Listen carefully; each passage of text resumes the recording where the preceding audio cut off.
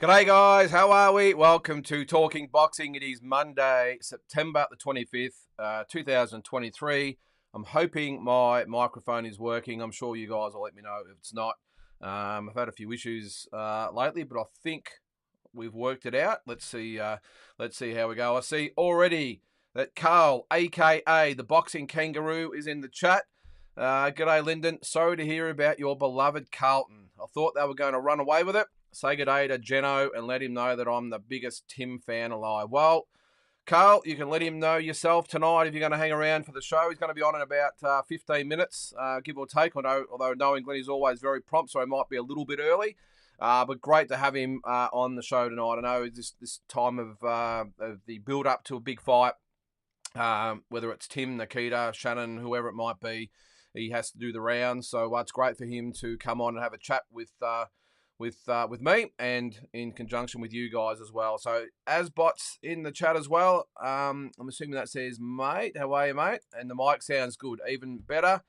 Now back to your comment there, Carl. Just speaking of the weekend, it's been a pretty rough weekend for us blue baggers out there. Carlton, they started like a house on fire. They were 5 goals up and went down to the Brisbane Lions by 16 points, I think it was. Really, really proud of the boys. I know this is a boxing show, but I've just got to get it out there. That's how proud I am of the boys. They had a red-hot crack. They did everything they could. Brisbane undefeated at the Gabba all year. It was 13 straight. I think they'd won this year, so almost unbeatable up there. And we did really, really well to come close. But it is what it is. The 2 best teams are in the grand final, so best of luck to, I'll say best of luck to Brisbane. There's no way I'm going to wish Collingwood luck, I can tell you. So, but let's hope it's a good game. And then, of course, the Melbourne Storm, I didn't see it. They were outclassed by the Penrith Panthers, so I think they play is it the Broncos? I think it is. Yes, it is. I did hear today that both Brisbane teams are in the grand final. So best of luck to Brisbane and Penrith. I don't really know or care who wins. Let's just hope for a good game. So all you supporters out there, your teams in the grand finals, best of luck to you, unless you're a Collingwood supporter, that is. Anyway. All right. James is in there. How are you, James? When is Tim coming home from America? Is he going to Canelo and Charlo? I think he would be, James. I'm sure Glenn will be on soon, so we'll ask him. And anything else you guys want to ask, don't just sit there during the chat. This is no different to any other week. We talking boxing. Let's get the questions out there. If you know Glenn, you've seen him before. I'm sure you all have. Getting interviewed by people. He's a great interviewee. Always has plenty to say. Always elaborates on it. And the more fuel you give him, the more you're going to get back. And that's why I always love interviewing the trainers, the managers, and all that sort of stuff, rather than the fighters themselves. Because the poor old fighters, they get interviewed 100 times. They get asked the same questions. They give the same answers. So it's great to have someone like Glenn who can give us a little bit different perspective. Because I'm sure Tim's going to get bombarded when he's home in a week or two. So, but yeah, make sure you ask him that, James. We'll make a note to ask him when he comes on. Speaking of Collingwood supporters, Ross Levitt. How are you, Ross? Thanks for joining in, mate. If you do remember, I don't want to, dance on the Collingwood grave, although I love doing that, of course. We sat together at the 2018 Grand Final when West Coast beat Collingwood by 5 points. What a day that was. I've got a feeling, Ross, I'm going to say it. I hate to say it. I will say that. I think Collingwood win this week. I think they beat Brisbane. Don't ask me why. Just call it gut feeling. I've just got a really, really bad feeling the Pies are going to win. And look, end of the day, all jokes aside, good on them. They've, they've worked hard. They finished on top of the ladder.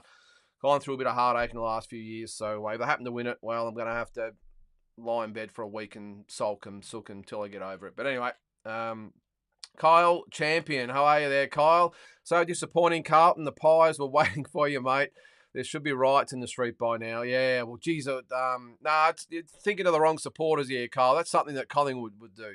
The mighty Blue Boys, our supporters, some of the best in the league. We march as one, we lose as one, and we puff the chest out and we go again next year. So, as I said before, really proud of the boys. And look, one thing I will say, it's good that if Carlton can't be in it, I'm glad to some extent, and again, I hate saying it, that Collingwood's in it, because at least we've got Collingwood versus someone. And I'm in the liquor industry, And let me tell you, when Collingwood's in a big game, it is great for business, even more for a world title fight, for a grand final. It would have been a lot better if it was Carlton and Collingwood. But anyway, if it had been Brisbane and GWS, I just would have probably shut the shops for the weekend, I reckon. So, you're thinking of the wrong supporters there, Carl.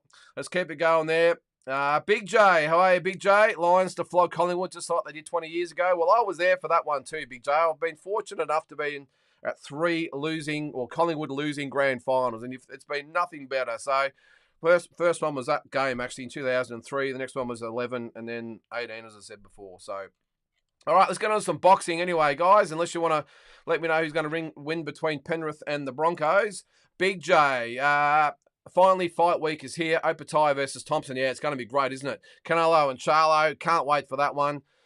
Sandy Ryan got robbed. Jeff Fennick style versus McCaskill. Yeah, I did hear that, Big J. I didn't see it. I got to admit, I'll have to watch it on YouTube. I did hear that though, mate. But all that aside, what a big weekend if you're a footy/boxing fan. I'm sure we all are. No matter what code of football you watch. On top of that, with Opatai, Thompson, and Canelo and Charlo, what a weekend it's going to be. I think Opatai's on very early Sunday morning. Charlo, Canelo in the early afternoon, and then I think the league is on Sunday evening. Of course, the AFL's on the Saturday afternoon, so can't wait for that one. Mitch Cook, how are you, mate? Do you have much knowledge around the event on the Gold Coast the night before the Tim card? Seen it on BoxReg, but can't seem to find what promoter for tickets, etc. That's a really interesting one. Well, I've always been big on having a show the night before a big card like this. They do it all the time in the States. All the world title fights have been over, the massive ones, that is. There's always been a big show either the night before or maybe 2 nights before to really capitalise on everyone coming to town, and this will be just like that. Everyone will be coming to town for the Tim Tszyu fight. I'll ask Glenn if he's on. When he comes on, if he knows. But I'll do some research into that, Mitch. But I don't know. I only checked BoxRec, I reckon, yesterday and didn't see anything about it. So I might check that as we're going. But anyway, I'm not quite sure about that. But whoever's doing it, great idea to capitalise on the crowd that's going to be in town. We're all going to be there. I'll be there with my family, and I'm sure half of Australia will be there as well. So it should be great. Carl says, can't wait. He's such a top bloke. Yeah, he's a great bloke. I'm just going to try and fix my camera again there. Always seems to happen. All right, Big J, reference Tim, the worst thing for him is that if Charlo wins, then everyone will totally discredit the Charlo versus Tszyu fight. It'd be interesting. Again, it'll be interesting to hear Glenn's thoughts on that, whether they're still thinking about Charlo or whether they've moved on. That's why it's really good to have him on, because there's a lot of things. We haven't seen a lot of Glenn in the last few weeks. As I said before, he tends to wait till 2 or 3 weeks and does a round. So I'm sure we've all got heaps to ask him. So if I've forgotten to ask him something as we go, guys, make sure you put it on the screen and I'll put it up. Carl says Lions will tower the Magpies. Well, let's hope so, mate. Is that because Collingwood fans love to murder a beer? Well, I don't really know much about league, Carl, but let's just say most Collingwood supporters, I don't want to stereotype. I know we're not allowed to do that these days, but let's just say not a lot of them have got teeth. They've all got the tats. They all love the Winnie Blues and a VB. That's the type of supporter they are. And I'm sorry if I've pigeonholed anyone out there, the Collingwood supporters. Ross, I know you're not like that. You wouldn't do that. But just the general consensus of Collingwood supporters is that. The thing with Carlton supporters is we're sort of the Silvertails, I suppose. Always had a lot of money, a lot of rich sponsors and supporters, which is why the rivalry probably started all those years ago. But anyway, Kyle says, I watched Sky Nicholson versus Sabrina Perez. Nicholson keeps a distance, has a good jab, but her hooks need a ton of work. She just isn't sweating that, hitting that sweet point of impact and doesn't turn her hips. And yeah, well, I think she still very much fights like an amateur, Kyle, and that's probably served her well so far. And I know we've spoken about it on here before.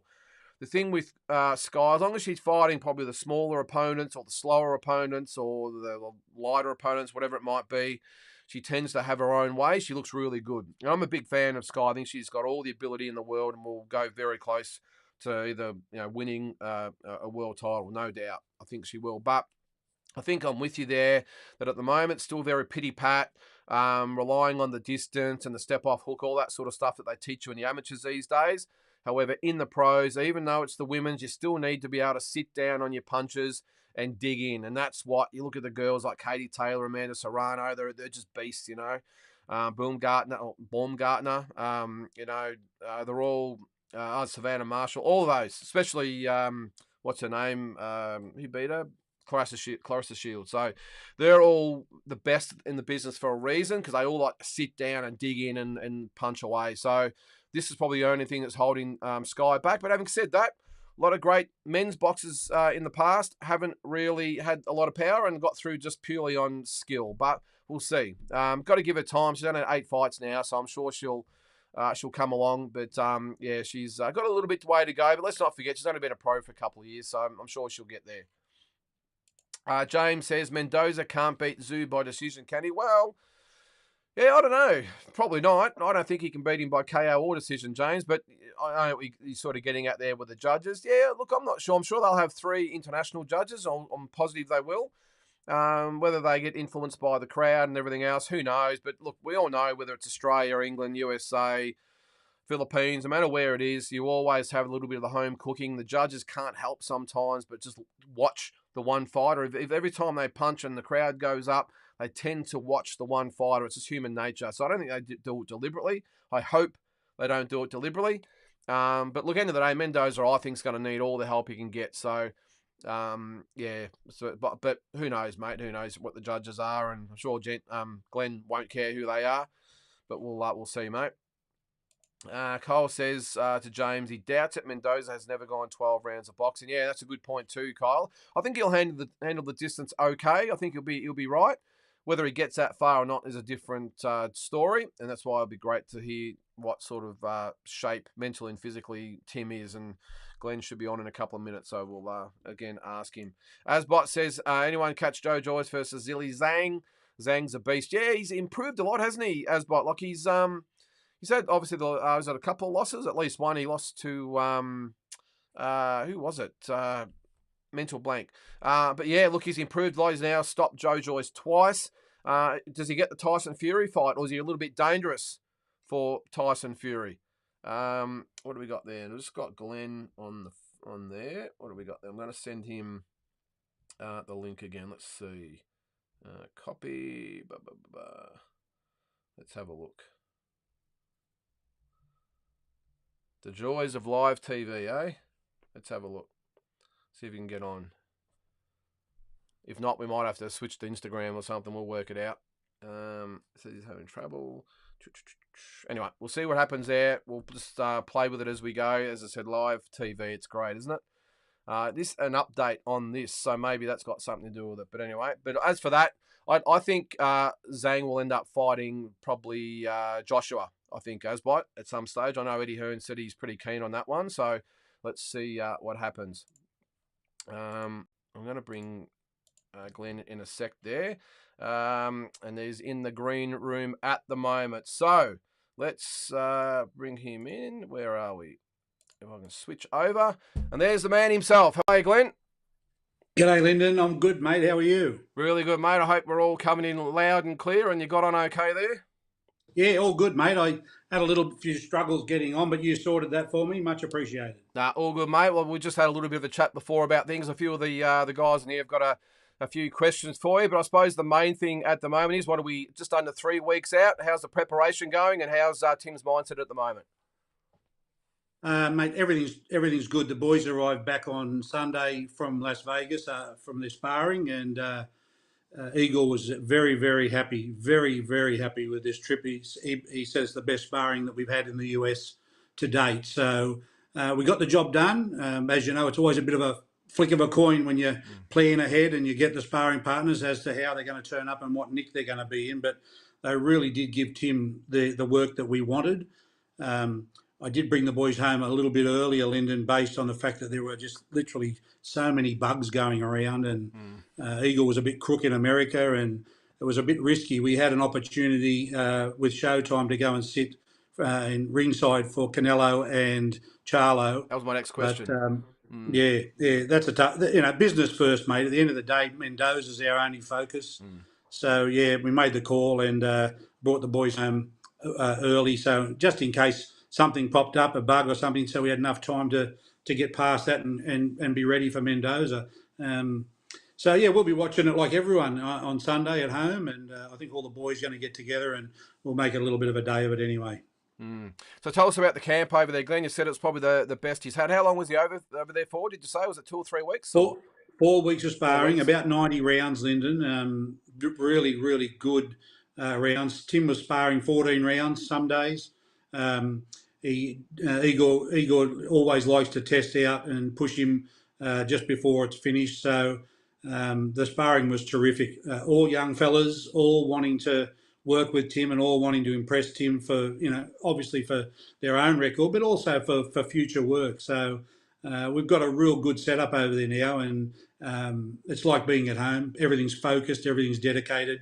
There's no distractions. It's basically Groundhog Day. Each day's the same, and we're there for a specific purpose, and we achieve that. The boys are all safe, home, healthy, and back into sparring again this week.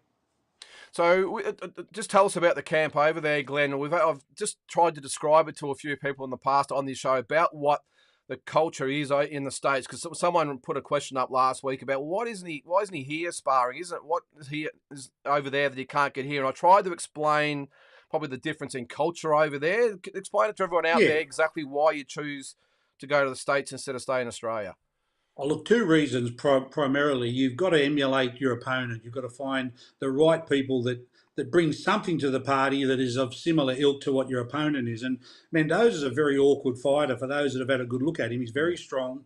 He's very awkward. He comes from all sorts of angles. Now, you may not have the luxury of finding someone that can do that amount of rounds with Tim Tszyu at his level here in Australia. So you've got to go for multiples and look at 3, 4, 5 or 6 different guys over that course of time to see how you can extract the best out of each of them. And when Tim's at this level that he's at right now, there's not too many that can go the distance even in sparring.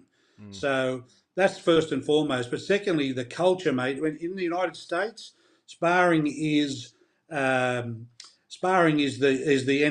grand final of the game for most of these guys. A lot of these guys won't ever reach this level. They'll aspire and they'll work hard and they'll spar and they will do their absolute best. But the volume of fighters with capability over there far outstretches what we've got. And the culture over there is that if you get the opportunity to fight a world champion like Tim in sparring, that's a big knock on your record going forward.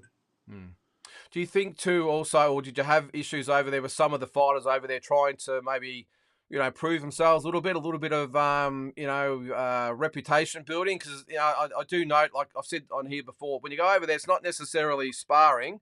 She's pretty much fight for your life every time you get in there.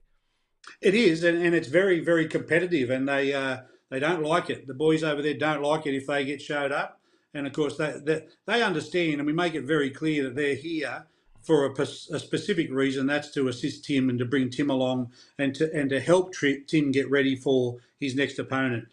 Every so often you'll get somebody that thinks that they might have a chance to make a name for themselves, but they get found out very quickly, and you generally find they don't get invited back. And it goes throughout the network over there that this guy is a bit unstable for what you want from him. But yeah, it can be dog eat dog, and you've seen the Mayweather film clips, and you've seen some of the Mexican gyms where sparring turns into a war. We are a little bit more cultured than that, and we go over there with specific reason. Yeah, too much at stake, mate.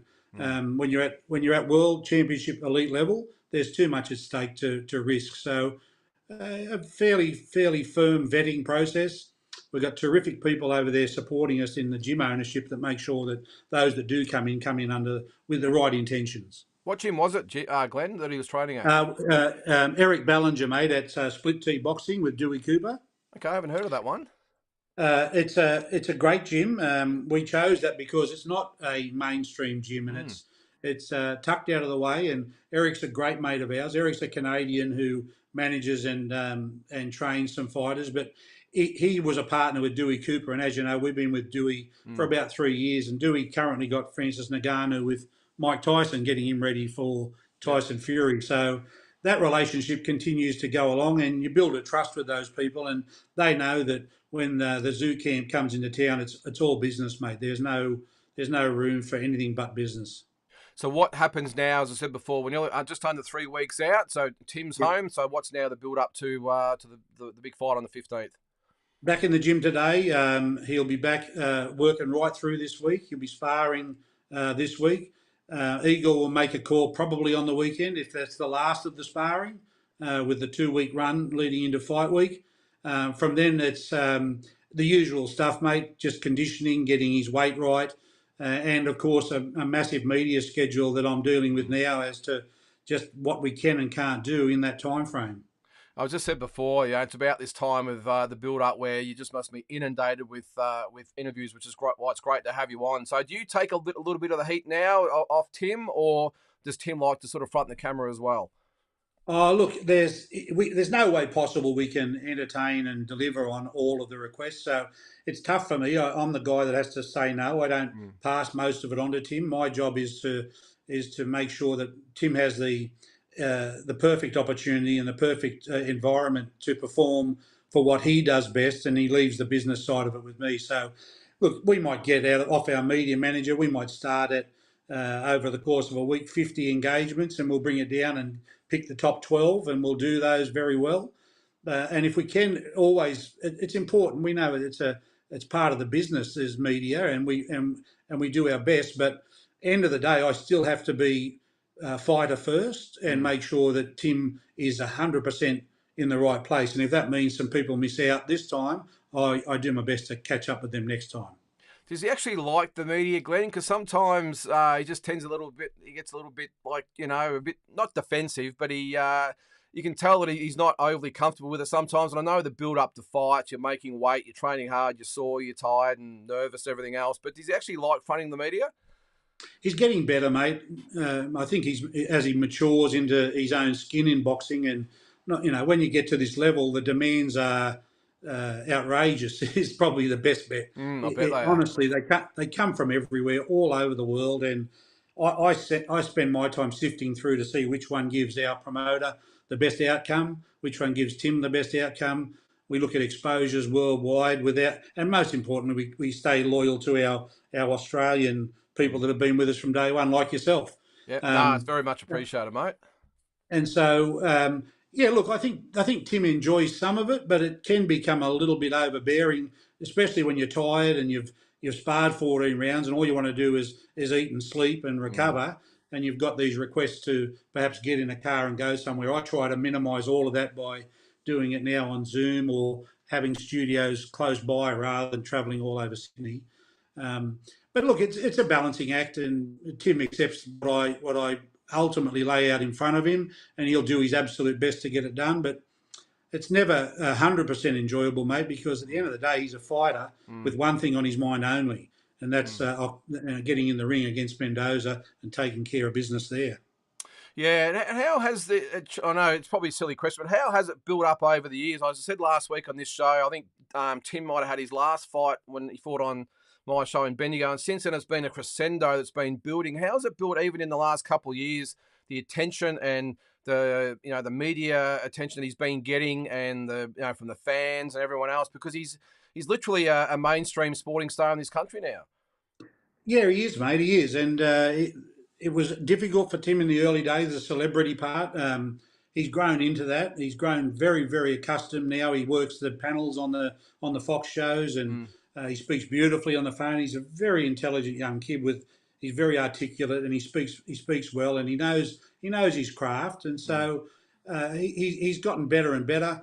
In terms of dealing with the celebrity side, it doesn't phase him too much because Tim lives in a boxing world. So he doesn't have a lot of time or a lot of energy to waste externally of what his goals are. So managing him is a bit of a little bit of a two-edged sword. You've got the dream run of having somebody with marketability and ability, but you've mm, also got somebody that's so focused and dedicated that they're unique, and in managing unique is quite difficult sometimes.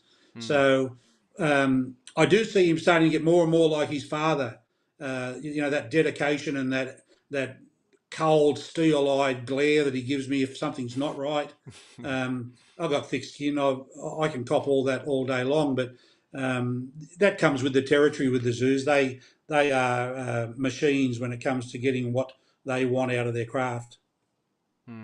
Just with this one, I know you're not looking past this one, and I'm sure everyone's sort of got tunnel vision on it. But how bad is he itching to get over there? And it's been on the in the card for the last couple of years, itching to get his claws into the USA and more specifically the Vegas scene. Yeah, look, we had a little taste of it with Gachet and minus 16 in Wisconsin. We never want to go again. So we're fighting in Australia in the sunshine on the Gold Coast. Yeah. No, you're right, mate. You're right. It has been something that's always been in the background for us, but I guess we're just realists. If opportunities are there and we get the chance to do one more show in Australia in front of our fan base, which we really, really enjoy, then we will take that opportunity. But I do believe this will be the last you'll see of Tim for some time, and we are planning on a fairly busy schedule. Right now, Lyndon, there's about a dozen options coming off the back of this Sunday's result, and all of which are live options, and all of which, in an odd sort of way, even though it was disappointing to lose the undisputed opportunity with Charlo, it's opened up a whole range of other doors, and all really great fights for Tim. So we will go. There's always the first option that comes to mind that people talk about is if Charlo loses to Canelo and it's fairly substantial. The word is that he may well just come charging straight back to 154 and try and get his belt back, and that would be where we were 12 months ago, undisputed. If he wins, there's the chance that he might stay at 168 and vacate the 154s, and we'll go about picking off the belts one at a time. There's an opportunity for us to go to 160 and challenge there. There's an opportunity to go to 168. I think what you're finding and starting to see now in international boxing is that those that tend to hold up their divisions and don't fight, and for whatever reason are allowed to do that, creating this new wave of jumping multiple divisions for people to get opportunity. It's rather sad that you can't just be the best in your division and fight within a reasonable time frame in that division because somebody's holding the belts up. And we've seen that in 154. We've seen that in 160. And so now you've got 147 saying they'll go to 168. And you've got 154 saying they'll go to 168 and some to 175. It's a new phenomena, and I hope the sanctioning bodies see it for what it is and make an adjustment to get the champions fighting in their true weight classes, because I fear that sooner or later someone could get badly hurt and then it'd be on the heads of those sanctioning bodies.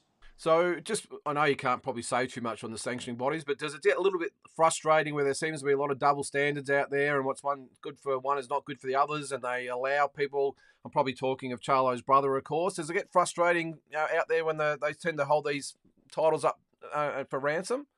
It does, but I mean, when you manage Australian fighters on the other side of the world, you don't really have a whole lot of clout in regard to that. So rather than create a further problem that might see your fighter sitting on the bench longer, you respectfully say, okay, we've said our piece. This is what we would like to see happen. If that opportunity arises, we will take that with both hands. But in the meantime, allow us to get on and stay busy and allow our fighters to earn a quid, but secondly, keep working on their craft so that when the time does come, they will be in the best position to win those belts. And it seems to be, we haven't had any problems in being granted opportunities to continue to fight. Now that Tim is the WBO champ, really from the 30th, from this Sunday, the rules change for us. So now the clout comes once you've got that strap.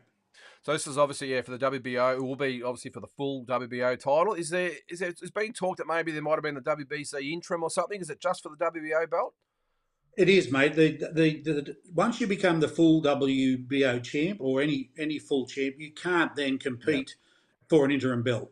That would devalue holding the full title. So this fight, now keep in mind, Lyndon, that the WBC, let's just say for argument's sake, the Charlo wins on Sunday and takes Canelo out, and he becomes the 168 champ. the WBC may, or Charlo may, then relinquish the belt straight away, which would then elevate Brian Mendoza to full Mm. champion, and then it would become a unification fight on the 15th. That's what we're hoping for.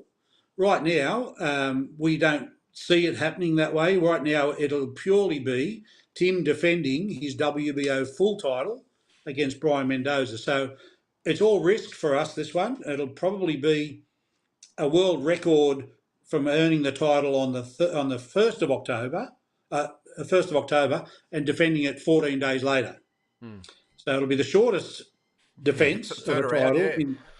Yeah, and so and that's how it'll be, mate. It'll be Tim's title on the line on the Gold Coast for Mendoza to take if he has the ability to do so.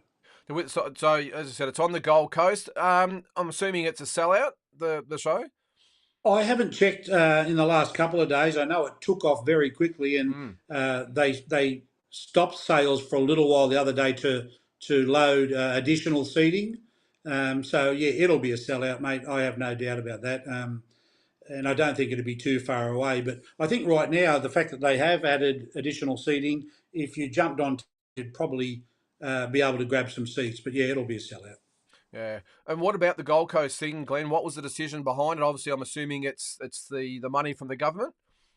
Yes, mate. Yeah, I mean, at this level, it's a Yep. very, very expensive property Mm. to put together a world title fight, and then a fantastic undercard. It really is a Mm. great undercard, and all those fights cost money, and it's a lot of people to bring into the country. Sanction fees, the whole works come into play. So yes, Officials. Yep. government funding is important, Mm. but also too, mate, venue availability, and ultimately venue costs. And Mm. we looked at all opportunities to potentially take this fight outdoors. Too much risk, Mm. and we don't know if Brian Mendoza has that ability to pull a crowd of that size. So far better to be realistic and have a full sellout and scream the roof off and create a wonderful atmosphere than have a half-empty 80,000 seat stadium. Oh, I hear. I've spoken about it on here. I'd much rather have it in a enclosed stadium with a roof on and everything, because I've been to the ones especially in Melbourne when they've been at the football grounds, way too big Yeah, for boxing they are. So even with the roof on, so I yeah. think it'll be And there's great. not a bad not a bad seat in the house, Lyndon, and Mm. rain, hail or shine, the event's on. So Yep. looking forward to a really, really exciting fight week on the Gold Coast. And I can tell you that Igor today, speaking with Igor, Timmy's coach today, he's very, very happy with where Tim is. So it's all systems go from Team Zoo too. We are very confident that Tim will retain his title, and that will open the doors for us to then pursue the other belts, depending on how it falls, or ultimately looking at some mega fights to keep Tim busy. I can assure everyone that Tim won't be sitting still, mate. We plan on rolling him back into the ring fairly quickly. Because yeah, he's got so many. I mean, you look at the forums and everything online, overseas especially. He's got so many fans over there because he's a throwback to previous generations who fought regularly. I mean, he could have easily sat on his hands. I mean, it would have been ended worse than it has, because of course Charlo ended up going up, but he's gained so many admirers because he didn't sit on his hands. He's taken two, now three very, very hard fights, and I think Yep. it's going to obviously build his legacy. Of course, and his father had an amazing Mexican base, and after Tim's performance against Ocampo, it was evident on the social media the amount of Mexican followers that jumped on board and enjoyed what they seen, and of course that's part and parcel of the legacy, isn't it? When you go back to America and you've got 30 odd years of time that's passed, there's still a lot of people that remember Kostya, and Mm. now they're saying, "Oh yeah, that's young Zoo," and so we're revisiting all that again. It's really exciting. I think it's great that he's no longer Costa Zoo's son. He's now Tim Zoo, and I know it's taken a little while, but I think it's great. Got a couple of questions here, mate. I'm sorry you can't. I'll try and read them out there. So it says, That's "Hey okay. Glenn, curious with both the Zoo boys, and we'll get to Nikita soon. Going into Yep. the calendar year, do the boys have a set number of fights they want to have, or is it more determined on current goals/achievements at the time?" Yeah, look, contractually they have a set number of fights, but the reality is that if we're talking about Tim, will spread out a little bit based on the fact that they are such intense fights at elite level, and the camps become a little bit longer and a little bit more intense. Nikita's still very much in his rookie stage at 7 fights, his next being his eighth. So Nikita will stay super busy on the same roadmap that we had for Tim when he first started. So I would think until we get Nikita to a dozen fights before we start to see him on the international scene, and it just depends whether or not we can find the right fights. Does it frustrate you with Nikita? And as I said, we've got a few more to get through with Nikita. Does it frustrate with Nikita's situation? Because it frustrates me. Everyone's almost demanding that he fights a top 10 challenge contender now, and they have no sort of concept of, like you said, bring him along. He was out of the ring for, 8 years? And does it frustrate you to know that this constant thing about stepping Nikita up all the time? Yeah, it does. It doesn't frustrate me. It's a more of a reaction to the world of boxing today. I don't quite get it. Come predominantly from casual followers rather than those that follow the sport. You can't put. I would never risk putting one of my fighters in a fight that he's not ready for.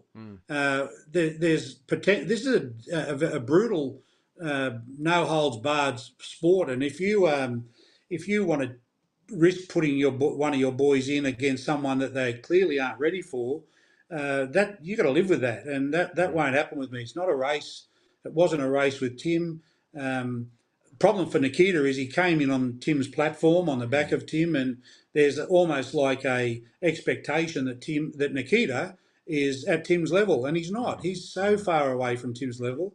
That's not being derogatory to Nikita. The fact is that he did have 8 years out of the ring, and I rely heavily on Coach Igor to when we decide Nikita's next opponent, that Igor is comfortable that Nikita's up for, one, the amount of rounds, two, the quality of the opponent, and three, that he's mentally in the right place. It's not one of three. If all three boxes aren't ticked, then I'll say no.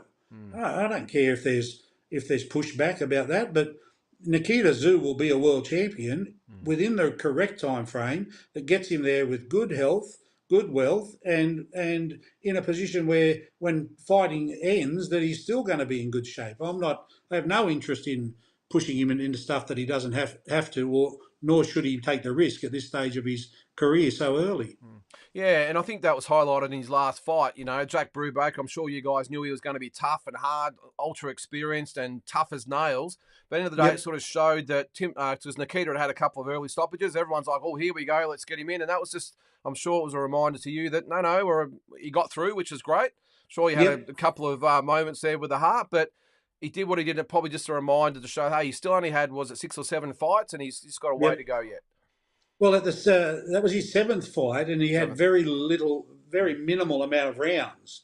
And that the lead discussion with Igor for the Brubaker choice was we needed a durable fighter, a crafty fighter with a lot of experience who could take Nikita through the rounds. Now, Nikita hits like an elephant, and if he gets you early, it changes the course of the fight. Brubaker, I knew would be tough. I think I said that to you leading into the fight, that a lot of people are writing it off and saying it's a sham, a mismatch.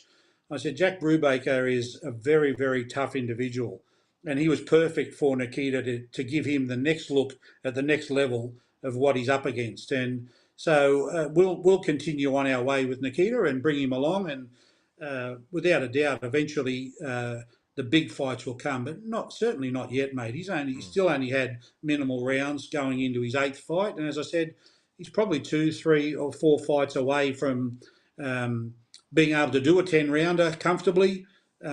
Anyone can spar 10, but when you ask him to put 10 rounds in the ring, it's a different story, and we're certainly not looking at 10s for Nikita just yet. Tell you what, Jack Brubaker went up a hell of a lot in my view, I can tell you, because that was just a hell of a performance. He was tough as nails. Obviously had his moments, but geez, it was a great fight. One here, when do you think Tim will fight in Vegas? I know if it was up to him, it'd be next. Yeah, I think you'll see Tim in Vegas early 2024. Yep. If our plan comes to fruition, I think you'll see Tim early 2024, mate. I can't put a date on that because of there are so many options that'll come off the back of what happens this Sunday and some other fights. So one thing you can count on is that Tim Tszyu won't be sitting at home or on the sideline waiting for other people to dictate terms on his career. We'll keep working hard in the background to keep him busy. Well, I agree with Glenn here. Sorry, you can't sort of read that. If Errol doesn't fight Bud at 154, I think he challenges Tim at 154. It makes sense taking into account the WBO policy. So, of course, the WBO policy of the WBO champion, you get to be the mandatory challenger. Is that a nice little carrot to have out there that it could be Spence or Crawford at some stage? Yeah, look, all those names are in the mix of our discussions. It's sometimes you've got to pinch yourself because you're talking about the names, the biggest fighters in the world right now, and there's 6 or 7 potential names and fighters that every Australian would love to see Tim Tszyu fight, and then they all literally go into that sort of mega fight category. So all I can say is stay tuned because the future for Tim Tszyu is very exciting. It's very bright.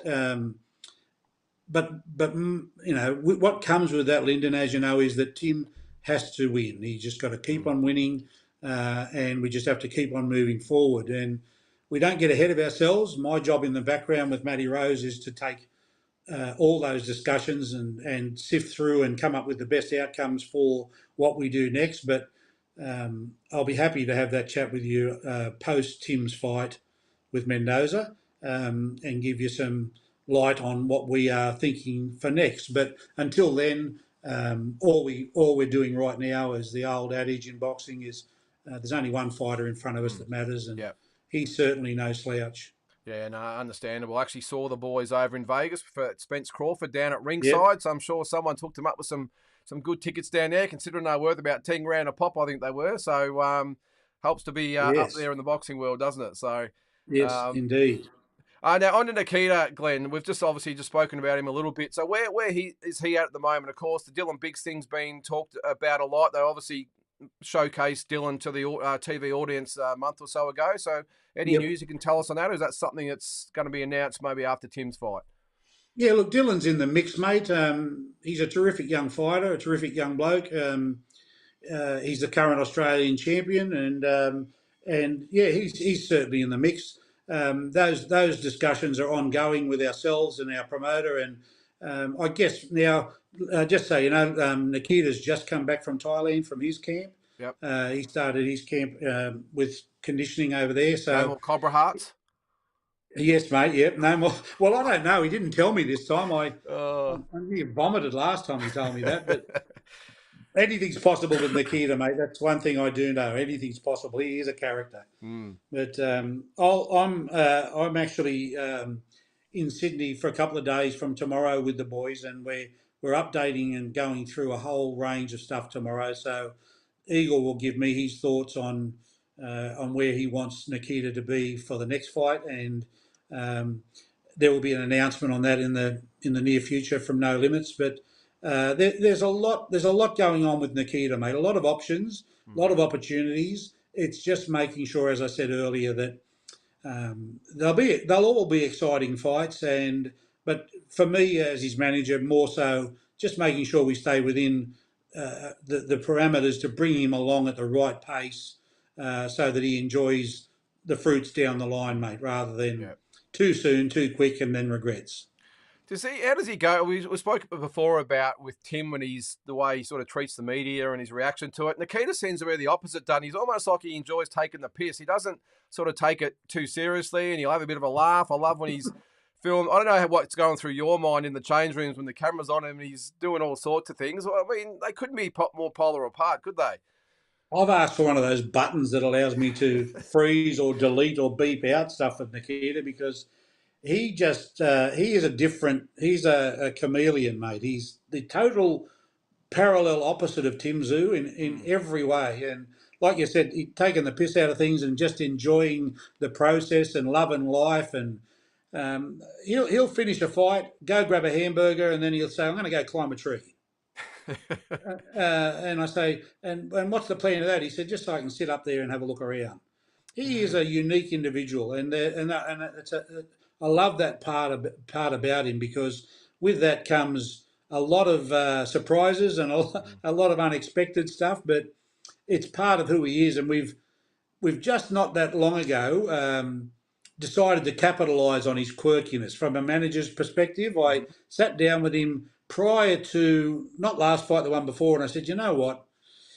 Let's have some fun with you with this quirky, fun nature that you've got. He loves the '80s music, so Mm. we have a little competition now at picking the most fun fight walkout song that'll get the crowd up on their feet, and that's an example of Nikita's personality in Yeah. that song. So it is what it is. I certainly won't be trying to change that, although I will, as he progresses and it gets more serious, he will understand that it is a very serious business at the end Mm. of the day. Right now, he's just enjoying himself as a young kid coming back into the sport.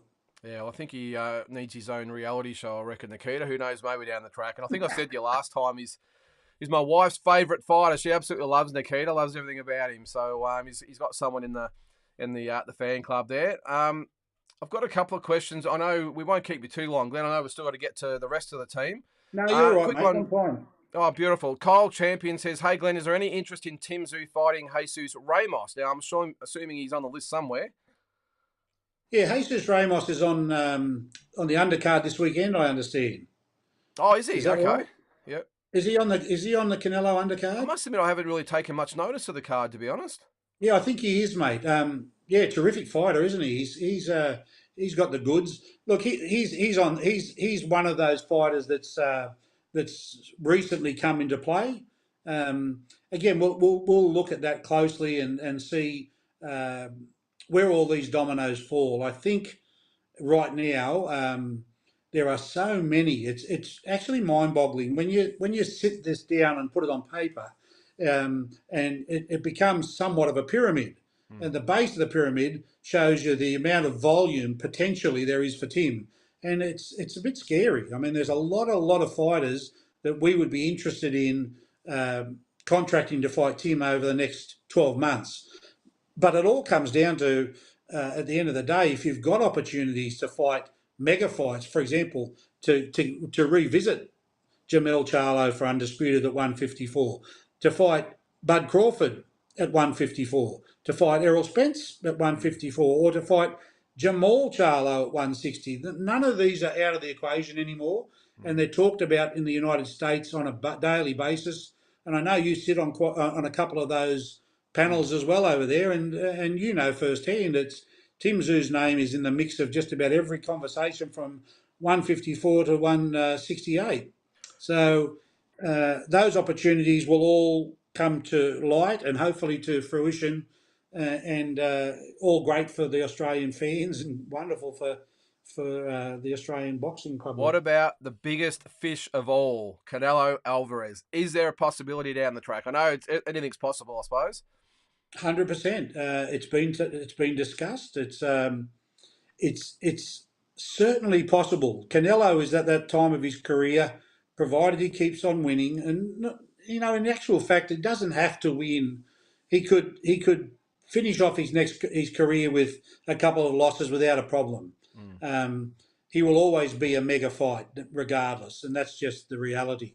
But Canelo actively chooses his opponents as to where he wants to go, and Tim Tszyu, whilst not one of the uh, super fish at the moment, could very quickly, after this weekend, become one of those super fish. Mm. So yeah, that's in the mix. That's something we've already chatted about, and it's a line on the page with so many others, although it has a lot of extra stars around it.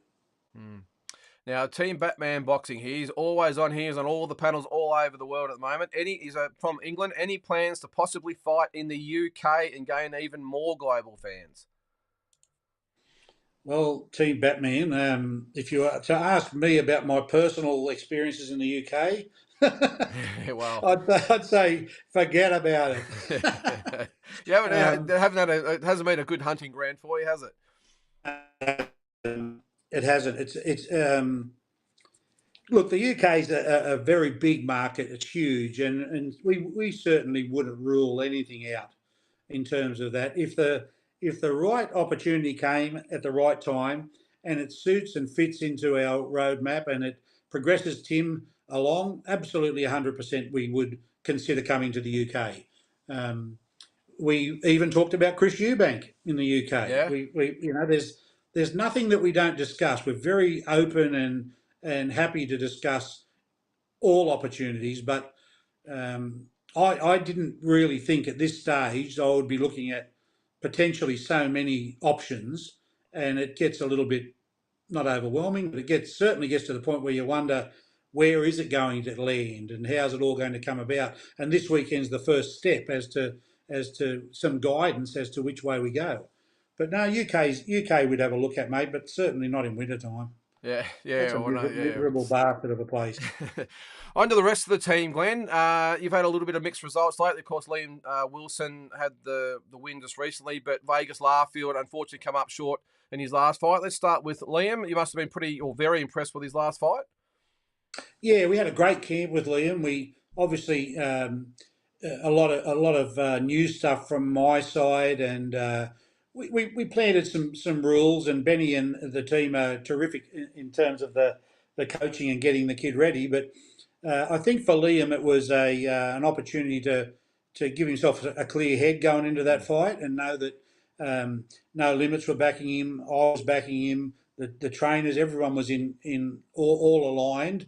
And again, about creating the perfect environment for your fighter. And we had a really, really good camp, and we had a great lead in pre-event, and he produced the goods on the night. So for us, it was all about giving Liam, getting his confidence back. Um, I would think that Liam, well, I can tell you, Liam will be back in the ring again before Christmas, and we are looking at, Matt and I have already started looking at back overseas in 2024 to potentially challenge for another world title, provided we get through the tasks ahead, because there's some great fights out there for Liam here domestically right now. None of them are easy, but they would all be the perfect lead to getting his confidence back to the point where he could go back, and if Navarrete is still around then, or one of the other champions is available, he would have learnt from that experience, and he would be mentally in the right place. And those two things together with the right people around, I think Liam Wilson in 2024 will be one of our youngest world champions. Was he frustrated watching the Navarrete Valdez fight, Glenn? Because after all the trouble that he gave Navarrete, and he made easy work of Valdez, so it must have just rubbed a little bit of salt into the wounds. No doubt. We talked during the fight, and I don't know any fighters that can put away or lock it in a box and forget about something like that Navarrete outcome. Uh, I still think that it was just it's so heartbreaking for a kid like Liam Wilson to go over there and win that fight and come home with nothing. And it's happened to a few young blokes in the last 6 months. It's soul destroying. So he would have watched that fight with a degree of discomfort, but knowing that you can't dwell on that, mate. You've got to move forward, and we've made some good changes, and we're getting him now realigned and repositioned so that he gets another opportunity. And I'm sure the Liam Wilson that we see in the next world title fight will be a much more improved version than Navarrete. And if he can improve on Navarrete, then I think it's a real chance that he'll have a world championship strap. Well, because Navarrete too is, I mean, what's he's won three belts in three divisions now. So Three divisions, yep. yeah, so we don't know really what he's looking for. But there's been, especially after that fight, there's a lot of chatter out there about giving Liam Wilson a rematch. So has there been any murmurings at all at your level or from their camp? Matt and I talked about that fairly early after the fight, based on the fact that it was still such a red hot topic, and there was some discussion that a rematch may be granted, and so we've kept that alive. We've kept that bubbling along. Of course, it all depends on where Navarrete is at the time, whether he's still holding the belt or whatever the case may be. But I think there are some other champs as well that we can approach and Navarrete would be the one that we would want, but whether can actually get it and whether Navarrete's people are prepared to offer it is another matter, mate. So, um, for there's 4 sanctioning bodies, 4 champions. I'm sure one of those Liam will get his chance at. Yeah, no, sure they will, and he's such a great guy. I remember I promoted him back in 2020 and provided the highlight reel knockout against Jesus Quadro that gets a little bit of airplay whenever he Yeah, fights. it So it's does. good to be part of that, and the whole team's great. Benny Harrington actually comes on here quite often and has a little bit of chat with everyone, and he's always pretty good. But I'm assuming he wasn't overly good after Vegas Larfield's fight. He would have been a little bit disappointed with how that ended up. Yeah, tough night. Tough night for all of us. Young Vegas handled himself beautifully. I was very proud of the way he handled himself post fight. He's very mature for his age. He's only 21 years old.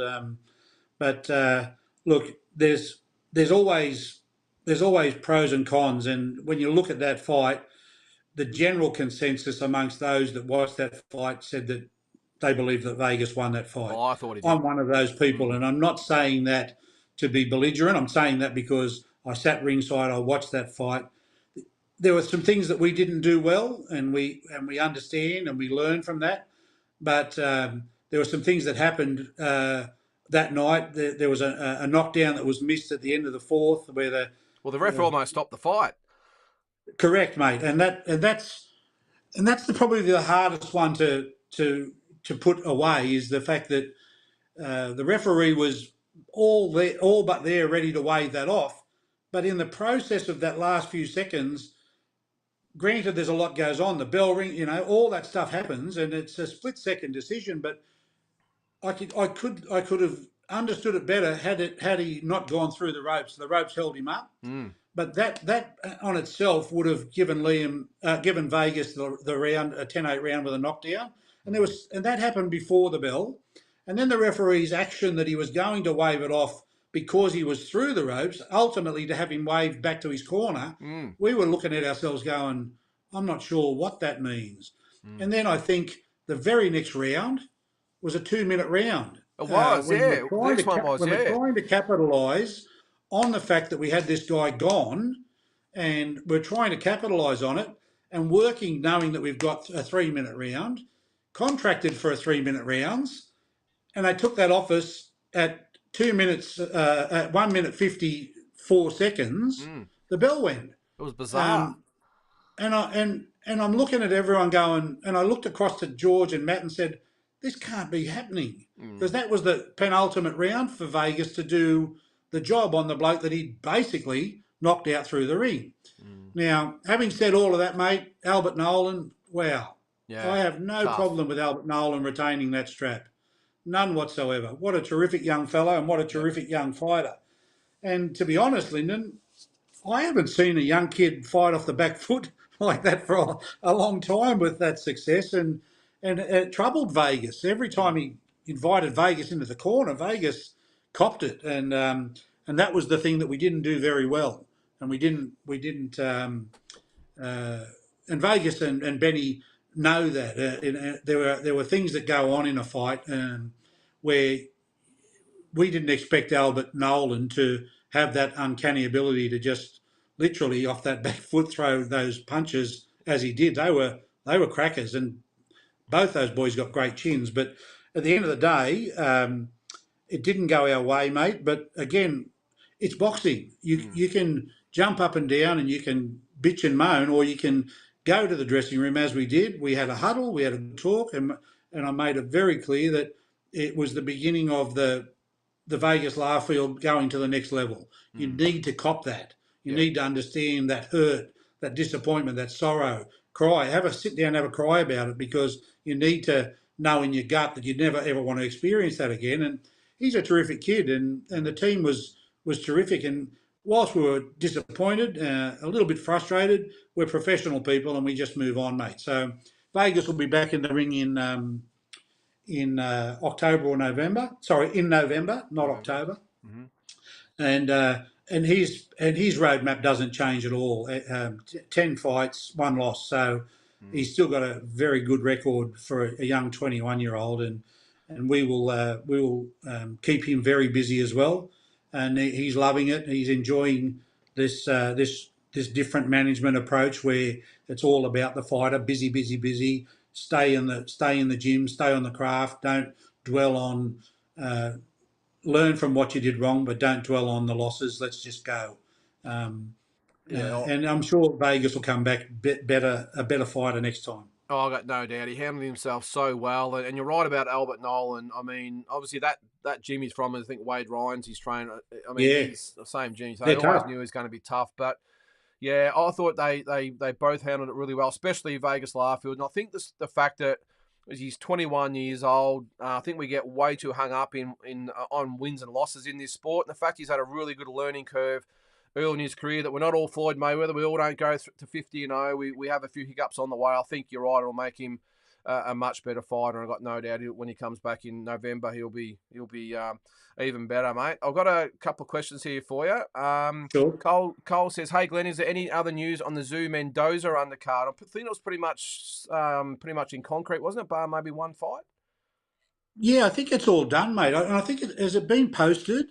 It's on BoxRec. I must admit I haven't checked it in a couple of days. So, but as far Yeah, as I knew, it was yeah, only the big heavyweight that didn't have a fight at this stage. yeah. They're still working on that. There's some good fights on there. Uh, if anyone wants to go and have a look, they can jump on BoxRec and see who's on. I know young Amber Amelia, because Yep, she's a Newcastle girl. that'll be a Amber's ripper. leading Yep. that card off. You've got uh, Sam Goodman, of Nathaniel, course. Sammy Goodman. Yeah, you've got is it Nathaniel May Nathaniel and May and Jackson John England. Yep, yep. Jackson England? That'll be a cracker fight, and the winner of that one gets Liam Wilson. So Is that'll that be right? fun. Okay, Yeah, there you go. that's going to there's a now of course that's what we'd like to see happen, and that's speculation, but Wow. it would be a great fight for whoever to move on and have that. Um, I'm just trying to think who I'll some of just the bring it others up there are. now. So there's Yeah, where are we? I'll bring it up. There is Sergey Vorobev and Wade Ryan's the other one. very good fight. Sergey is a Russian boy training out of Tony Delvecchio's gym. He's been doing some work with our guys. So tell us the Um, reason behind him being on the card, mate. Is it purely because he's Russian, or is it trained by Tony? What's the because he's never fought in Australia oh, before? no. He's this will be his first. He's a good talent, a good kid, and Wade Ryan will certainly give him the what for. Yep. That'll be a great fight. I just think that it's the sort of fight that brings a little bit of international flavour to these cards, Mm-hmm. and it makes sense. We haven't seen Wade Ryan for a little while, and he always puts on a great show. So Yeah. when you get someone who's new to the scene that nobody's seen, that's a great thing. Yeah. And the other one's Oh, the other Hassan one's Hamden. is Hass Hamden. Yeah. Yep. Hass He's got Hamden's on our card, which is great because we love Hass, and Danvers Kushieri. he's one of our good mates, and he's a terrific young bloke as well as a terrific young fighter. So, and who's Hass fighting, Lyndon? Can you see it there? Danvers Kushieri, 3-1. He is. Right. Okay. So Yeah. he's Look. from Sydney. Yeah. Good. Good. I know nothing about him, but I No. know Hass is training the house down, mate, as he Yeah. always does. Terrific young fighter. I've got a lot of raps on Hass. He's a great young bloke, and I'm happy to see him on that card. And Carl says here, what's this, Jeno? Do you pinch yourself and have a feeling of deja vu with Tim? And I'm assuming that we'll throw Nikita in there as well. Oh, look, it's yes, I do, mate. Not only that, I'm privileged and I'm honoured, and I don't treat that lightly. It's having spent so many years with Kostya and still best mates with Kostya to this day, to be able to do it again with Tim and a third time with Nikita, Mm. it is a blessing, and I'm very grateful to have an opportunity to guide them and mentor them and manage them through their careers, so that at the end of the day they fulfil their dreams in boxing and they retire wealthy, healthy, and can go on to be great dads and enjoy their lives after boxing. So absolutely, I'm deja vu all over and loving it. No, that's great, mate. Just with the fight night coming up as well, I think someone asked earlier, in the States, how do they watch the fight? Is it Showtime or PBC or? The Canelo fight. No, sorry, Tim's fight. Sorry, on the 15th. Sorry, Oh, is it? it's over in the States. Yeah, it's all Yeah, on Showtime, mate. Showtime. Yeah, Okay. Showtime pay-per-view. It's a big show. We did a lot of media over there with Brian Custer and the Showtime people. Spent a day filming Tim. You'll start to see all of that stuff coming through with No Limits and Fox. They're all in partnership, co-promotion, and the works on this one. So you're going to see a lot of stuff on Fox leading into Tim's fight. I think it started just the last few nights. You would have seen the road run up the mountain in Las Vegas and all that Yep. stuff. So yeah, there's lots of good stuff to come, and Showtime are well and truly invested in Tim as well. They see Tim as a great opportunity for boxing in general. So yeah, it's exciting that you'll see a lot more fights coming out of the US, and we could fight literally anywhere in the US with Showtime. So No Limits have a great relationship, and we're very, very lucky to be working with George and Maddie because we've been with them now since Tim's 13th fight. So going along really nicely. No, that's great, mate. We've just got a couple of more questions for you. Yep. Now, what was I going to ask you? The more important stuff, the football this weekend. I know you probably don't know much about the AFL. Who's going to win, the Broncos or the Panthers? Oh, 100% the Panthers, mate. We're New South Welshmen. We have no time for cross the border unless we're going to the Gold Coast to fight. And So what about Australia's national sport, the the cricket. AFL? You're talking about cricket, Lyndon? Collingwood or Brisbane? Do you actually know anything about AFL? Do you even care? Oh, mate, I was shattered that my team, the Blues, went out last weekend. That's my team. Yep. That's the Shattered only as well. reason I brought it up, mate. I have no clue. But I know you're a Carlton supporter. I know Joel Camilleri's a Carlton Yeah, supporter. he was there. The Sydney Swans were. I do watch a bit of it, but I don't know what happened to the Swannies. They were in the playoffs too, weren't they? Yeah, we knocked the Swans out, so they're out. The Yeah, yeah. GWS Giants lost on the weekend by 1 point to Collingwood. So All right. So who do you think's going to win this weekend? I think Collingwood will win, but I'm hoping Brisbane will win if that makes sense. I'm sure you're probably the same with the league. Is that because Collingwood and Carlton arch enemies? Arch enemies, mate. I think someone said last week it was a bit like, who was it? South Sydney and someone. You know, the two biggest rivals in it. Yeah, South Sydney and the Roosters. Yeah, The I Roosters. hear you. Yeah, I hear you. Yeah, look, it's a big weekend, isn't it? You've got bloody NRL, AFL, Charlo, Canelo. Geez, it's all go, isn't it? Oh, Jai Patai and everything as well. What do you think about that fight, Glenn? The Opatai fight on Sunday morning. Oh, look, I'm a huge fan of Jai Opataya. I think Jai's gone to a whole new level, and I think he's going to be very, very hard to dethrone now that he's there. He's in. You can see it in him. You just got to look at him. He's got that look about him now. Like I'm here, and whoever's coming to take what I worked hard for is going to be in for a war. So I don't see. I hope Jai wins. I believe Jai will win, and I just think he's got that edge now.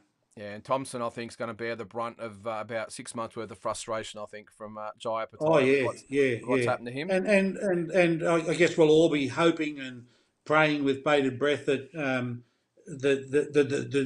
the jaw repair holds up. It's going to be tested in that division. They punch hard up there. Yep. So I'm sure Jai is ready for whatever they bring, but I just believe that he's got something within Jai that will take him, and he's going. I believe he'll be the cruiser champ for a long time. And what about the fight this weekend? I'm not sure whether you gave us a prediction, Canelo or Charlo. Wow. Look, my heart says that Canelo should be able to handle him, but Charlo's a wild horse in the corral, and he'll come out kicking, and he's gonna do whatever he's got to do. And keep in mind too that for Canelo at that weight, he should literally be the bigger and the stronger guy, even though Charlo's taller. Charlo has a very thin frame, whereas Canelo's built like a brick tank. So I'll sit on Canelo winning this, and I'll sit on Jamel coming back to 154 to get his belt back and give us the undisputed opportunity that he took from us. That should be awesome, mate. Well, I'm going to let you go. I really appreciate you coming on tonight, mate. You've given us nearly an hour, and I know you're a busy man. It's very much appreciated, mate. You're always a gentleman, and you always come on and give everyone some great feedback. So thanks very much for coming on again, and we'll have to get you on maybe after the fight. Yeah, my pleasure, mate. I'm happy to have a chat and an update with you, and it's always good to have a yarn with you anyway, mate. So we're going to see you on the Gold Coast. You're I'll going be to come there, up? mate. I'm actually taking the family up for the weekend, so I can't wait to be up there, and my sons can't wait to be there. They haven't been to a Tim Tszyu fight before, so good excuse to get away for the weekend. Well, there's nothing like a Tim Tszyu fight, mate, is there? Exactly right. Yeah, no, I can't wait. So we'll be there at the weigh-in Yeah. on the Saturday. I'm assuming it's at Pacific Fair, is it? Yes, mate. I think you'll find the weigh-in will be at Pacific Fair. We had at the last fight for a compo. I think there would have been probably 2,500, 3,000 people rolled up. It was Amazing. unbelievable. The atmosphere was amazing. But look, if anybody hasn't seen a Tim Tszyu fight, uh, if you can get a ticket, grab one, because I don't think you'll see him back here for a little while. You'll be watching him on TV going forward. But the atmosphere at these fights is something to behold, and the No Limit promotions are brilliant. So come along and enjoy the ride with us, and I'll catch you for a coffee on the Gold Coast. Sounds good, mate. Really appreciate it, mate, and thanks very much again for Pleasure, coming mate. on. No worries. All the best. Thank you, There, Lyndon. mate. Bye, mate. All right, Glen Jennings. What a gentleman Glen Jennings is, eh? How good was that? He gave us nearly an hour of his time. I'm sorry if I missed a lot of the comments there too, guys. I was sort of trying to watch him and watch the comments at the same time, so apologies if I didn't asking something that you wanted. I did see something come up there. D-Style, you don't know anything about Australian football? Get on YouTube, mate. Get on YouTube and watch Australian football. Not rugby, not union or soccer, that sort of stuff. Australian rules football. The biggest sport in Australia. I'm sure I'm triggering all those league fans out there. Just a little bit of input for you there, D-Style. In the Melbourne finals, the MCG, the Melbourne Cricket Ground, last weekend, on the weekend, there was 97,000 at one game. The week before I was at, 96,000. The week before that, 92,000. That's how big this sport is. And I'm pretty sure it's the third sport, or number 3 in the world as far as average attendance goes. And the NFL is number 1. One of the soccer leagues is number 2, and AFL is number 3. That's how popular it is. But anyway, look, guys, if you've got any more questions, let me know. Anything you want to cover. I'm not sure I said at the start of the show, I was on the unofficial scorecard podcast on Friday. Zach, really, really good guy. So check that out. It's on Spotify and all the other outlets, I think. So what? Hang on a sec here. Carl, bite your tongue. It's boring. Come on. Anyway, each their own. I know it's the league sort of mantra to try and stick it into us AFL supporters, but we don't really care. We've got our sport. It's our game, and we don't really care about league anyway. But we have a bit of banter. James, yeah, you are right there, mate. Glenn, always fan-friendly. I mean, he actually sent me a message the other day and said, hey, mate, I'm around. Do you want me to come on? Of course, I'm always going to have him on, but I must admit I try and leave him alone, in the lead up to the fights, because there's so much going on. But for him to give up there nearly an hour of his time, it's very, very appreciated. No super chat on here. I'm not sure what that means, pound for pound. King, does that mean you guys coming on? I've tried it in the past. We might try that again, because that connection with Glenn actually worked out really, really well. I've been a bit hesitant in the past because we get people on and they drop out and everything else. But if they like Glenn, then we might get a few of you guys coming on for a bit of a chat. Probably a little bit late this week, but yes, D-Style, Carl hating AFL is like me hating NFL. You hate NFL. You hate your own game. Jeez. The difference between the supporters is, though, D-Style, is that AFL don't care if people don't like the game. Probably a bit like the Americans with the NFL. They're the only ones that play. I must admit, I have to laugh with the NFL, because whoever wins the Super Bowl, it's only played in America, the world champion. So that's always made me laugh a little bit.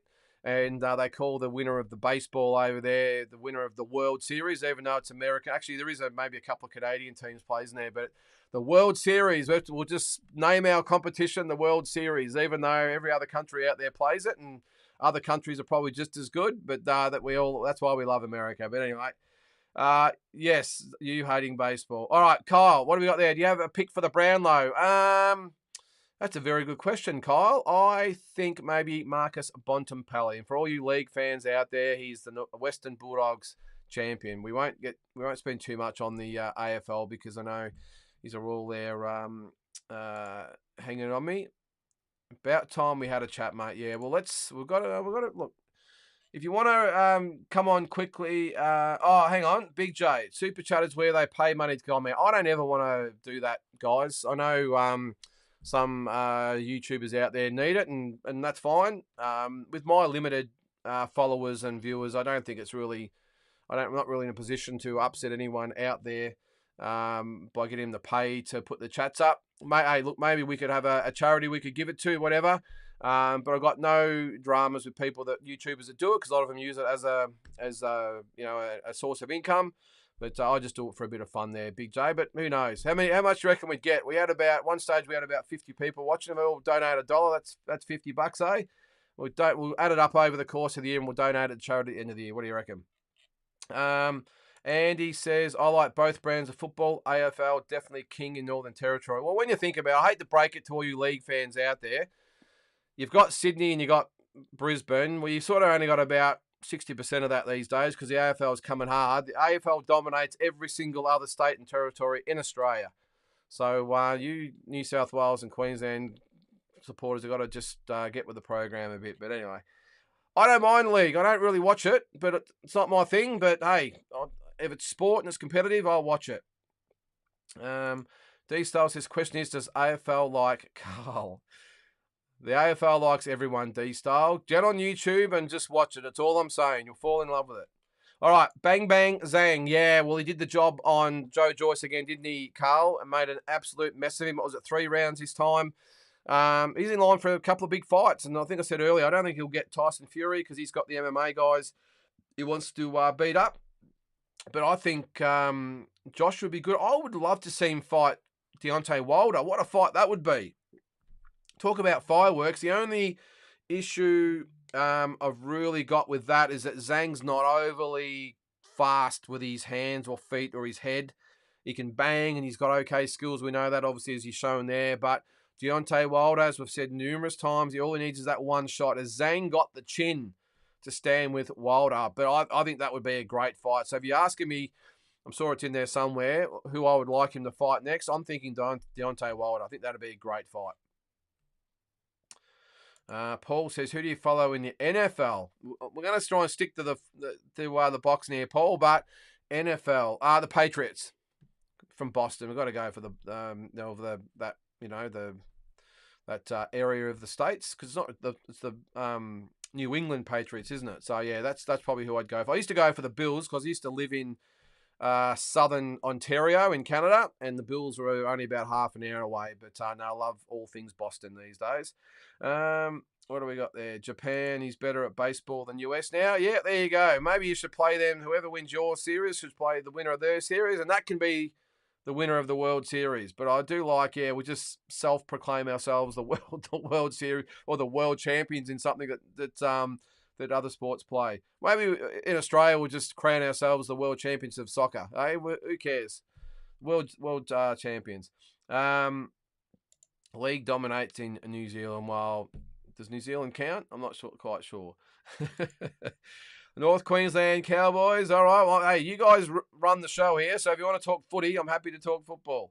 DJ 1551. Lynden, is it too early in the morning over there for Calix to jump in here? 2 in the morning over there. Well, it's nearly 8:20 in the evening over here, DJ. So no, it wouldn't be. I'm not quite sure what time of the morning is over there. I'm assuming it's 3 or 4 in the morning over there. Big J, did you catch my Collingwood joke? No, I didn't there, mate. Sorry. What league? That is rugby league, D-Style. I'm sure you only hear about rugby. Rugby is more rugby union, which is what the national teams play, although I think league has a national team. League is a different form of rugby union, if that makes sense. That's the thing in Australia, mate. There's 3 different football codes: rugby league, rugby union, and AFL. So when people say they follow football, it could mean 4 different sports if you throw soccer in there as well. It's and over here, in Victoria and South Australia and Tasmania and Western Australia. It is all AFL. League doesn't exist. Well, a little bit in Melbourne, I suppose. Got the Melbourne Storm, of course. And league just doesn't really matter. And you go to majority of Queensland and New South Wales, well, AFL doesn't matter. It's a pretty mucked up country we've got here, D-Style. It's like four or five different countries in one here. It's a real man sport, a D-Style. Yeah, okay. 5 a.m. for Calix. Might be a little bit earlier for Calix. I hate the Patriots. Now, are you from Texas, D-Style? I'm assuming you like the Cowboys? I hate the Patriots. What is it with the Boston situation? The Celtics is the same. I love the Boston Celtics because of my son. He's a Boston Celtics tragic, so I had no choice. But the Lakers fans hate them. The Bulls fans hate them. Then who are the New York team? The Nets? That's Brooklyn, isn't it? The New York, whoever they are, hate them as well. Anyway, keep liking the Bills. Okay, I'm assuming that's who you like. All right, we'll keep talking football here, guys. Big J, correct, Carl, AFL is... Nancy, boys, come on, mate. Every time they have an AFL versus NRL fight card, NRL boys win by KO easy. Yeah, well, I'm not going to argue with that because AFL players are a lot smaller than NRL players. You've got to remember, NRL players most of them are those real solid Pacific Islanders. They're all the ones that want to get in there and fight. Well, they're all just built a bit different, but yeah, I do agree with you there, Big J. And AFL guys should stay away from the NRL guys in the ring. So that's your team, the Bills. D-Style says rugby is a meathead sport. Well, I'm probably with you there, D-Style. Aussie rules is like about 10 different sports in one. Basketball, rugby, soccer, league, whatever. It's NFL even. It's, ice hockey, strategy in there. It's all different sports in one. League is pretty much you pick up the ball, you run, you get decked by someone, they pick it up and give it to someone else, and they run and they get decked. Probably a little bit like NFL, to be honest. Same sort of thing, except with NFL, they have about 10 minutes in between to high five and come up with some set played for the next person to get sacked, whatever they call it. AFL is 360 degrees. It's not just straight ahead. You've got to look all around you. You got to run, you got to bounce, you got to kick, you got to tackle, you got to do everything in AFL. Anyway, I don't want to upset you, the league fans even more. What's this? Why are Collingwood supporters mostly vegan? Because you need teeth to eat meat. Yeah, I'll agree with that, mate. Any jokes on Collingwood there? Big J, I'm with you there, mate. D-Style, don't like the Cowboys. They're very popular here, but I hate them. Yeah, I think they are one of the most supported ones, aren't they? So Carl's obviously, a pies man. All right, on to some boxing stuff. Canelo destroys Jamal, says D-Style. Yeah, I don't know, D-Style. Look, I'm picking Canelo. I think Jamal does okay. I think he goes okay. I think it's a very tactical fight early. I think both, I won't say similar styles, but similar ways of fighting. They both like to take the time, throw minimal punches. Canelo obviously used to be a lot busier. Now he tends to take his time a bit more. Jamal's always fought at a little bit more slow pace. I think maybe we could see the first 3 or 4 or 5 or even 3, 4, 5 rounds being very slow and Canelo pick up the pace, and whether Jamal can go with him, I don't know. But I'm going to pick Canelo by decision, I'm going to say. Might be a little bit lopsided, but I think he wins by decision. I think Jamal's got enough to give Canelo enough problems to last the distance. Back on the rugby, D-Style. Rugby is a gentleman's game played by thugs. League is a thugs game played by gentlemen. Hey, that's a great way to look at it, Big J. I don't follow really either sports except when the Storm are playing. I'll see if they won. I did say the rugby union team got flogged on the weekend. There's all sorts of shit going on there with the coach and everything else. So, yeah, anyway. Andy says, love or hate it, Anthony Chock Mundine, our most successful crossover footballer, boxer. Yeah, and D-Style and anyone else from overseas that's watching this, Anthony Chock Mundine won a world title as a pro boxer and some interim titles, had 50 or so fights, was a gun league player as well, did the crossover. So if you're not familiar with Anthony Mundine, check him out in league and boxing. I'm with you there, Andy. Probably the best crossover athlete that Australia's ever had. Just an absolute machine. He was in both sports. NFL, too many timeouts. Look, I know I'm going to upset some American fans out there. I think NFL is probably the most overrated sport ever. I tried to watch it, but it's like you get it and you pass it off and you get sacked, and then we'll go to the playbook and go to the sponsors, and then we'll go to some ads, and then we'll go to the coach doing some thing, and then the referee wants his get on TV, and 5 or 6 minutes later we go for the next down. At least with league, it's constantly going. But I'm sorry to upset the Americans out there. I don't get the sport. It's way too boring for me. But anyway. All right. Pound for pound, King says Charlo going to be Canelo's highlight reel. Okay, so not a lot of love for Charlo. Charlo got two problems: inactivity and the 168-pound thing. Yeah, look, I would probably like to see this more at 160, Carl. I think it would be probably a little bit better step for him, although he does look like he's carrying the weight. But sometimes if you make the weight easy, it can actually deter the hardness that you go in with. And I'm just talking from experience here. I fought at 147, always actually went into the ring, good. I mean, I struggled to make the weight, but when I did it, I felt hard and ready to go more mentally. When I went up in weight, I really struggled to carry that with me. And maybe this is the same sort of thing. Maybe Charlo doesn't have to cut weight to make 154 to get that real steeliness about him. Maybe the fact he's going to make this very, very easily. Maybe he's just a little bit more relaxed mentally and obviously physically. As I said, Carl, I think Canelo wins, but I don't think it's going to be as easy as maybe what's being said, but we'll see. Kyle says, if Canelo destroys Charlo early after all the hype, is that bad for boxing? Yeah, well, it's a no-win situation for Canelo, Kyle. It doesn't matter whether he knocks him out early or wins on points. He's going to get knocked for it. If he happens to lose, well, he's going to get knocked even more. So, no-win situation, Kyle. I think this is a very, very risky fight for Canelo. Charlo's an undisputed world champion. Let's not take that for granted. Undisputed, all 4 belts. And if you look at sometimes the normal size of these guys, I would suggest that Charlo actually walks around heavier than what Canelo does. It's just that he cuts his weight down to make the weight. Canelo's probably gone down the route of the Pacquiaos and Mayweathers of the world, who just said, you know what, I'm going to fight at whatever I feel comfortable at. He could probably make 160 if he really wanted to, but decides to fight at 160 like Mayweather and Pacquiao both did.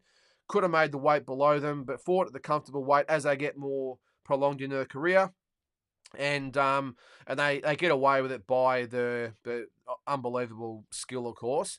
So, but as I said, I wouldn't be surprised if Charlo walks around heavier naturally than what Canelo does. But so I think he'll carry the weight okay, but it's just whether that inactivity is enough to bring him down. D-Style says, Jamal being too inactive, hasn't fought since May last year. Yeah, I think in the end of the day, that will be his undoing, D-Style. Pound for pound, King says, wonder how far he could have gone had he not made those comments to get him blacklisted. Who got blacklisted? Have I missed a comment there, mate? Sorry if I've missed your comment there. Cole says, how long has it been since Jamal last fought? Yep, well over years.